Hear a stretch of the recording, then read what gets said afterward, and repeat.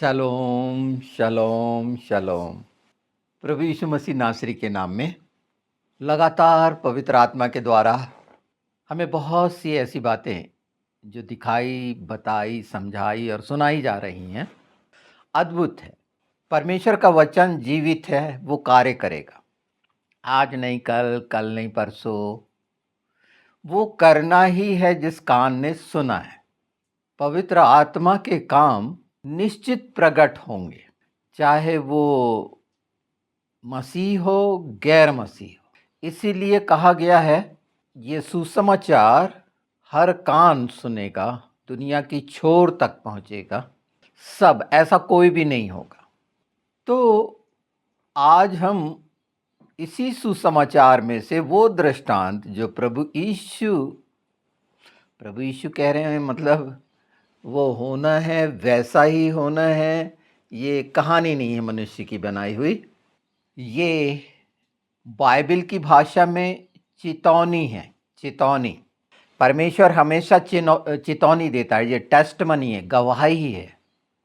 Bible में अगर इन बातों को ध्यान से देखेंगे तो चेतावनी एक अलग बात है, गवाही देकर समझाना एक अलग बात है। तो हम चलते हैं ओड़ाऊ पुत्र और उसका लूका का 15 अध्याय और 17वां पद कि जब वो आपे में आया तो क्या कहता है। तो कहने लगा, मेरे पिता कितने ही मजदूरों को भोजन से अधिक रोटी मिलती है और मैं यहाँ भूखा मर रहा हूँ। मैं अब उठकर अपने पिता के पास जाऊँगा और उससे कहूँगा कि पिताजी, मैंने स्वर्ग के विरोध में और तेरी दृष्टि में पाप किया है। अब इस योग्य नहीं रहा कि तेरा पुत्र कहलाऊं। मुझे अपने एक मजदूर के समान रख ले। ये बहुत सी बातों का प्रगटीकरण करता है। तो उड़ाऊ पुत्र को इंग्लिश में कहते हैं पैराबल ऑफ प्रोडिगल सन, उड़ाऊ पुत्र। ये पर देखिए, पश्चाताप शुरू हुआ और ये सिर्फ क्या ऐसा दृष्टांत है कि शरीर की दृष्टि से वापस आ गया, अपने आप को मैंने मंजूर कर लिया और बाप ने उसको फिर अंगूठी पहना दी, जूते पहना दिए, कपड़े पहना दिए, नया कर दिया और एक भव्य समारोह उसके लौट आने का। और एक बाप बोल रहा है जो खो गया था, जो मर गया था, ये सब बातें अब जीवित है। खो गया था, मिल गया। हम में से प्रत्येक के जीवन में ये हिस्सा आता है, परमेश्वर से दूर होने का हिस्सा आता है। सुअरों के बीच में हम में से प्रत्येक रहे हैं, कुछ नासमझी में, कुछ जानबूझकर, और कुछ अभी भी सुअरों के साथ खा रहे पी रहे हैं। ये संसार का है, संसार का खाना पीना, संसार के आचरण को ग्रहण करना सुअर के साथ रहे। सुअर वो शैतान है। जाने अनजाने हम वो करते जाते हैं जो हमें अच्छा लगता है। हम अलग नहीं कर पाते। हम जो प्रभु यीशु में उसकी संतान ठहरे हैं, हम आत्मा में उनके साथी नहीं हो सकते। जिस पर मनुष्य गर्व करता है, जो प्रभु यीशु में नहीं, और हम जो उसकी संतान हैं, उस योग्य अगर सामने वाला हमारे साथ आचरण नहीं करता है तो फिर उसकी वाहवाही का क्या मतलब है। वो चाहे कोई हो, क्योंकि हर घुटना झुकेगा, हर जबान अंगीकार करेगी कि यीशु ही प्रभु है। हम उड़ाऊ पुत्र की वो बातें जो आत्मिक रीति से प्रकाशित वाक्य में पूरी होती हैं, क्योंकि वहीं सब कुछ पूरी तरह से रिवार्ड्स मिलना, वहाँ पर जो हमारे कामों के अनुसार, जो आत्मिक कामों के अनुसार, जो पिता पुत्र पवित्र आत्मा के अनुसार की अगुवाई में हमारी आत्मा ने की है, उसको ये अवार्ड, पारितोषिक मिलेगा, वो सम्मान मिलेगा। आत्मा को, शरीर को नहीं। ये देख लीजिए। और आत्मा स्वयं कुछ नहीं कर सकती। शरीर तो मन के बहकावे में सब कुछ कर सकता है। जिन्होंने प्रभु यीशु को स्वीकारा, सब कुछ उनके लिए हो गया। उनको मिल गया है। अब वो ले पा रहे हैं, नहीं ले पा रहे, उनका विश्वास किस स्तर का है। दुष्ट आत्माएं भी विश्वास करती हैं, पर उनका दुष्ट आत्माओं का विश्वास दृढ़ है प्रभु यीशु पर। दुष्ट आत्माओं का विश्वास बहुत दृढ़ है कि ये सक्षम है, ये हमें हमें आग की झील में डाल देगा, ये सर्वशक्तिमान। पर मनुष्य का क्यों नहीं? शैतान इस पर पूरा विश्वास करता है। एक बात से जान सकते हैं ना हम, अगर मत्ती अध्याय 27 के आखिरी में देखेंगे तो कब्र पे मोहर लगाई गई। कितनी आश्चर्यजनक बात है, कब्र के पत्थर पर मोहर लगाई गई। ये सबसे बड़ा प्रमाण है, और इसलिए लगाई गई कि इसने कहा था कि मर के मैं तीसरे दिन जीवित हो जाऊंगा। इसीलिए तो पूरी तरह वहाँ पूरा लाव लश्कर, पूरे सैनिक और सब कोई कितना कड़ा पहरा पहरा पहरा पहरा। साधारण बात नहीं थी जिसको बहुत हल्के में लेकर कि कब्र का पत्थर लुढ़का पाया। इसके पीछे इन सारी चीज़ों को शैतान नहीं जानता था, परमेश्वर की युक्तियाँ। और परिणाम ये हुआ कि झूठ बोलने पर विवश हुए कि कैसे इतना सारा कुछ हुआ। 28 में बड़ा साफ है कि स्वर्गदूत ने गवाही दी, और बाइबल कहती है जब स्वर्गदूतों का तुम मान लेते और वो हो जाता है, तो प्रभु यीशु ने जो कहे हैं पवित्र शास्त्र में, जो बताए हैं दृष्टांत, उन्होंने जो कहा है उस पर प्रतीति करें तो क्यों हर चीज़ संभव होगी। आपे में आना जरूरी है, होशो हवास में आना जरूरी है। बहकावे में, भ्रम में, कल्पना में, मनुष्य के धोखे में, बहकाने में कब तक पड़े रहोगे? बिल्कुल होगा। उड़ाऊ पुत्र जैसे उसने बोला था मेरा सारा कुछ दे दे, अब मैं जाता हूँ, मेरा हिस्सा दे दे। प्रभु से अलग होने वाले हर कोई हैं जो उससे जुड़े हैं, वो अलग भी होते हैं। सुअरों के साथ होने के लिए अलग होते हैं, और जब वो सुअरों के साथ होते हैं तो नाना प्रकार की बुराइयां, निंदा, वो सब कुछ। क्योंकि प्रभु यीशु में रहना मनमानी करना नहीं है। प्रभु यीशु में रहना आज्ञाकारिता के साथ, उसके साथ रहना है। तकलीफ होती है, अलग होना इतनी तकलीफ होती है कि मनुष्य अलग होना चाहता है। सच्चाई और खराई से वो अलग होना चाहता है, उसको सहन नहीं होती। वो भूल जाता है कि उस पर कितनी दया हुई, चंगाई हुई, कितना अनुग्रह हुआ, आशीष हुआ, और प्रभु को धोखा देता है, विश्वासघाती होता है, सब कुछ भूल जाता है वो, और उस प्रेम से अलग हो जाता है। उड़ाऊ पुत्र परमेश्वर के प्रेम का, उसकी दया और करुणा का महान दृष्टांत है ये। और सिर्फ इस पृथ्वी पर ही ये मनुष्यों पर लागू नहीं होता, ये स्वर्गीय स्थान पर आत्मा पर लागू होता है। पुत्र ने स्वीकार करा अपने को छोटा, मुझे मजदूर बना कर रख लिया। पर बाप ने क्या कहा? एक सच्चाई से जो लौट के आता है प्रभु के पास, उसका समर्पण अपने घिनौने अस्तित्व के प्रति कितना निम्नतम होना चाहिए। उसकी पहचान, अपनी पहचान कि मैं कितना घिनौना हूँ, जब ये बात समझ में आती है तब वो पद से लेके सारी चीज़ें ख़त्म हो जाती हैं। और निम्नतम जो स्तर है मजदूर का, बाइबल में मजदूर का बड़ा उल्लेख है कटाई के लिए, और जो कटाई कर रहे हैं सचमुच में आपे में आकर कर रहे हैं, तो ये अवार्डेड उनको मिलेंगे जो बाइबल में हर बात नए नाम से लेकर ताज तक और वो पत्थर तक उन्हें मिलना है। आपे में आना जरूरी है।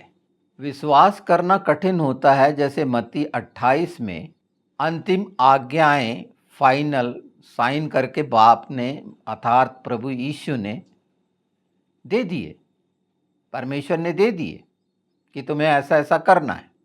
अब जो करने के लिए जो चेले बनते हैं, प्रभु यीशु को मानते हैं, वो कितने आज्ञाकारी ईमानदार रहते हैं और क्यों नहीं रहते, चाहे उनका बपतिस्मा हो गया हो।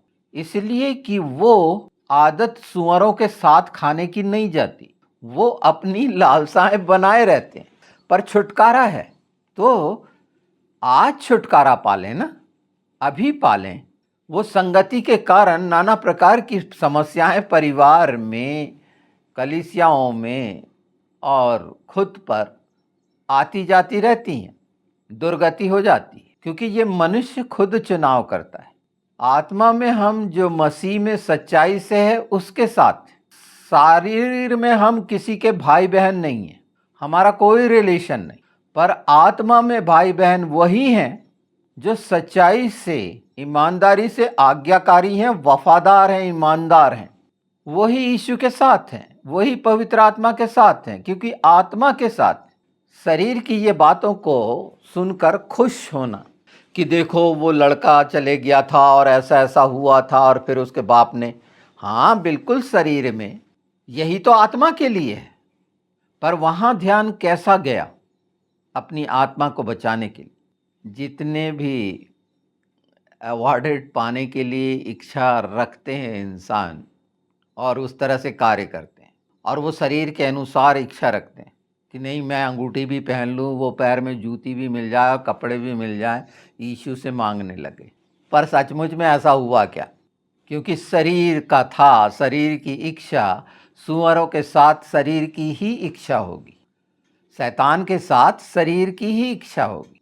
एक जुआड़ी जहाँ जुआ खाना होता है वहाँ जाएगा, एक शराबी जहाँ शराब खाना होता है वहाँ जाएगा, उसको वहाँ अच्छा लगेगा। एक मसीह को कहाँ रहना और जाना चाहिए, ये एक मसीह को निश्चित करना। अब वो सारी चीज़ों में भागी रहने वाले के साथ अगर वो कर रहा है, चेले तक ने छोड़ दिया था, कैसे हम इतना सुंदर उपहार जो हमें मिला है पहले ही उसकी कद्र नहीं कर रहे और उन उपहारों की ओर दृष्टि लगाए हुए हैं, मन लगाए हैं कि मिल जाए। और जो मुक्ति मिल गई, उद्धार मिल गया, उसके लिए हमारे अंदर क्या कभी आया उसके अनुग्रह के प्रति अपना आभार, अपनी भावनाएं, संवेदनाएं प्रकट करना? उस महान दया को हमने कैसे लिया? आत्मा में होगा तब लेंगे ना।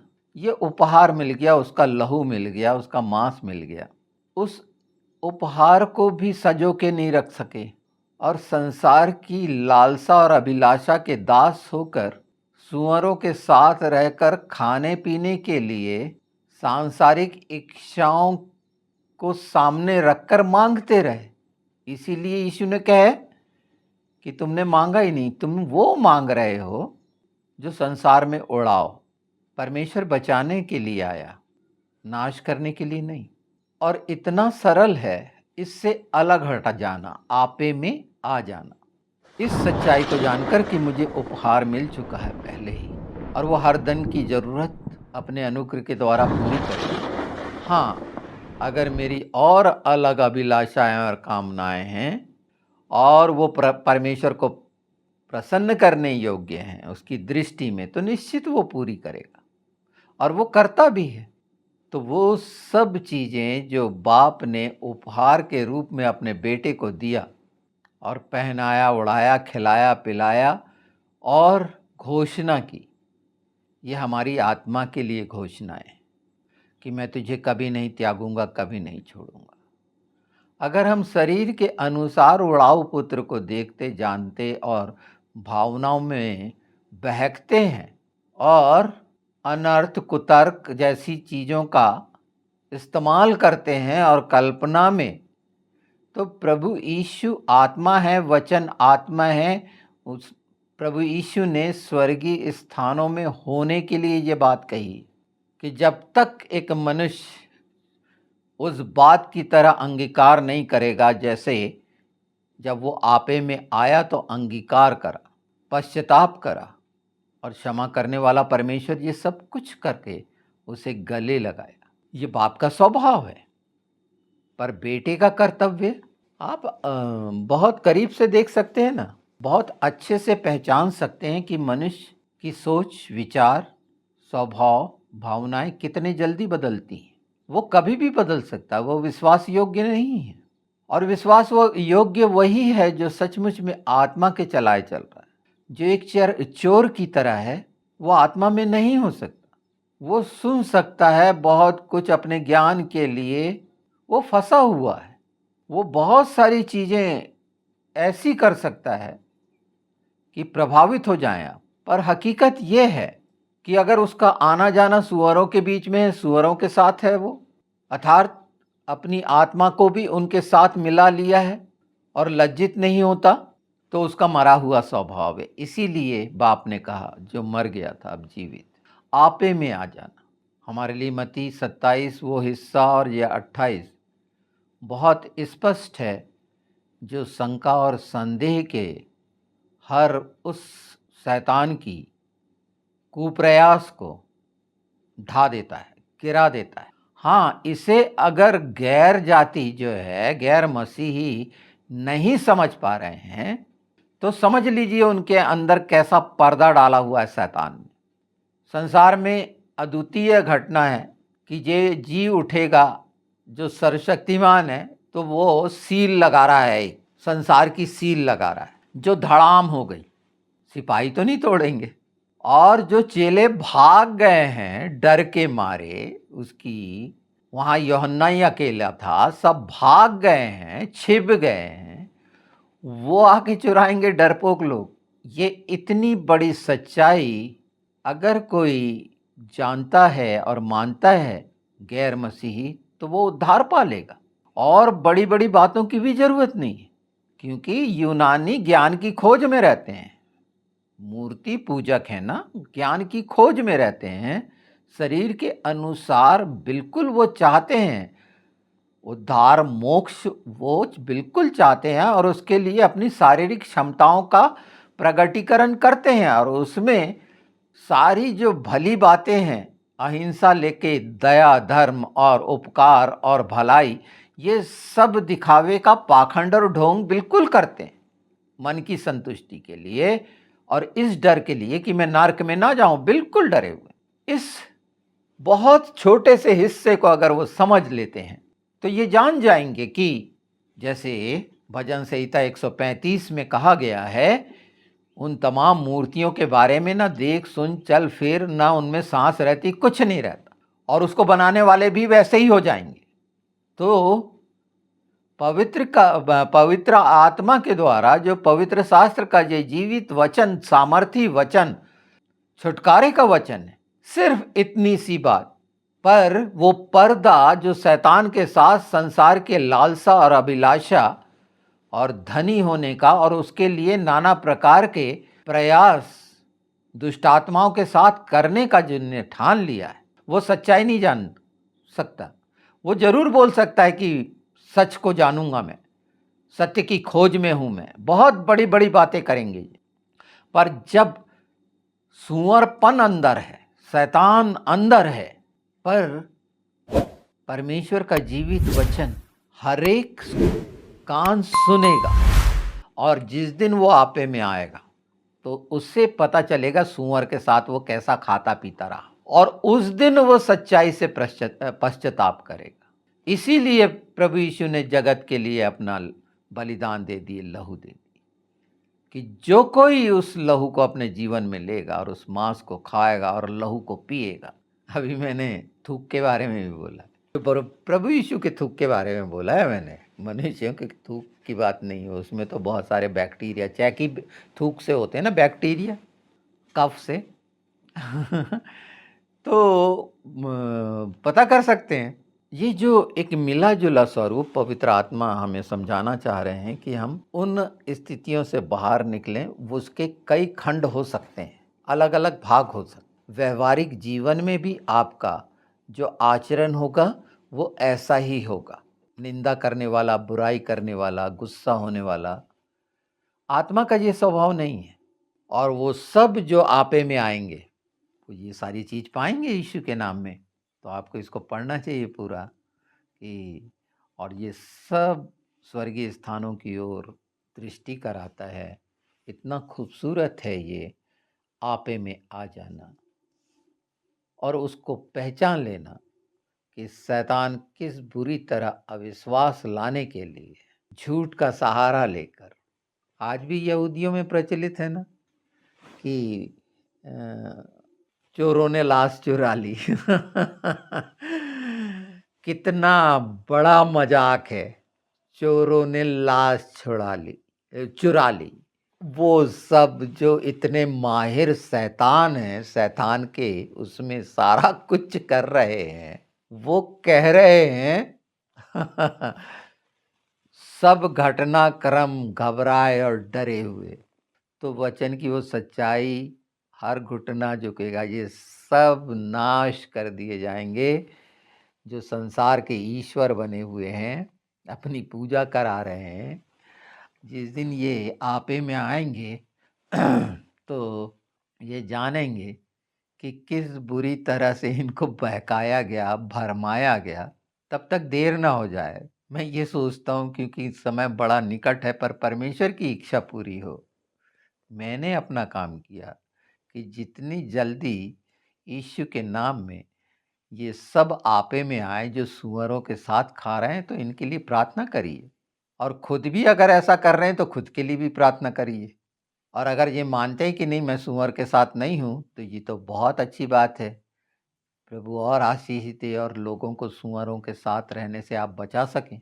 आपे में आ जाना, जीवित हो जाना, जागृत हो जाना, अर्थात मसीही जीवन में आ जाना। और तब ये शरीर वो तमाम दोष, दाग धब्बे, झुर्रियों से दूर होगा उसके प्रकाश के द्वारा। तो ये समय है जब तमाम दुष्ट आत्माओं का भयानक प्रहार है। वो सब डीमंस, डेविल्स, अमालेकी, फॉलन एंजल्स सब हड़बड़ाए हुए हैं, क्योंकि समय निकट है। तो पूरी तरह कमज़ोर हड़बड़ा जाता है, और हड़बड़ाहट में बहुत सारे ऐसे काम करेगा, आप उसे पहचान जाएंगे। तो अपनी प्रार्थनाओं में इन बातों पर ध्यान दीजिए।